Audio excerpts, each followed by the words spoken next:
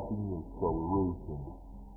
So to be honest, to get good at this, it takes around 15 minutes. So as you guys can see, basically have to just keep your balance. Just keep on tapping your wheel to the left so you guys don't fall down. And also keep on tapping your acceleration so you guys don't spin out or anything like that. I'm not sure if it helps, but I also updated my engine because I thought it would be easier. But also don't do this in the rain because your car's just going to be constantly just spinning out. And if any of you guys get really good